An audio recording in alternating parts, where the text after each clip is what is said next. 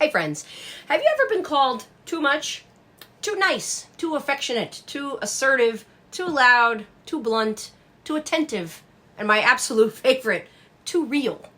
I have been called all of those things. Maybe you have too. That last one, the too real, is super confusing because what would be the opposite of that, being fake? I don't do fake, nor do I like people who are. So I can't wrap my brain around that one at all. But anyway, all of the above and many other similar adjectives that perhaps you have been called are not necessarily bad things, but when people say stuff like this, it implies that they are. Well, here's the thing. That's BS, especially the too nice thing. Some people might offer that as constructive criticism, and that's okay. They are trying to save you from getting taken advantage of, most likely.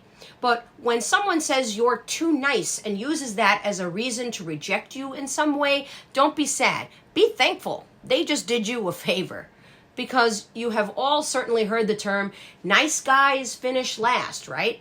Well, that's BS too. Nice guys or gals only finish last when they are running a race with fools. So why do people find reasons to dislike you or reject you for what seems to be positive things? There's usually one very big reason. They're threatened by authenticity, meaning you actually are a genuinely nice person. You have integrity, or are someone who is willing to be accountable for your actions and expect others to do the same. You have the ability to say sorry when you're wrong. You own who you are, imperfections and all.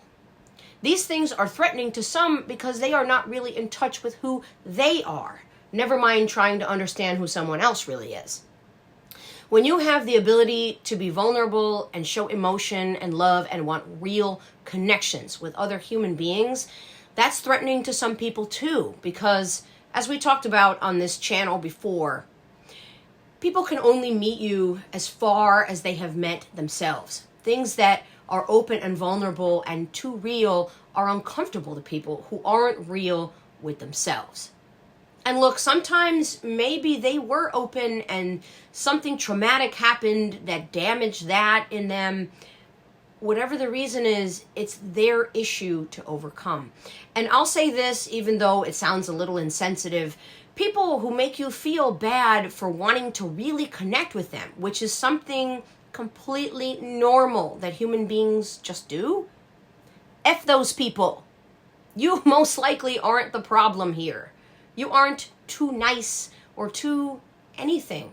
You aren't too much for them. They aren't enough for you. So as the message says, you're going to be too much of something for some people. But here's the thing. Don't stress about that for a single minute. Those are not your people. You will never have to tone yourself down for the ones who are. You will never have to make yourself less for them. You don't have to change anything. You don't have to lower your expectations, and you certainly don't have to ask for very basic things like consideration, respect, kindness, or grace. Your people will give that to you without asking. That's the way that it should be in any kind of relationship of any kind with another person. That's how you know those are your people in the first place. And those are the people that deserve your time and energy. That's all I've got for you this week. Chewy was here, but she went off to her neighborhood watch job in the front of the house. I'll be back next week with another priority message for you. Until then, take good care of yourselves. Bye.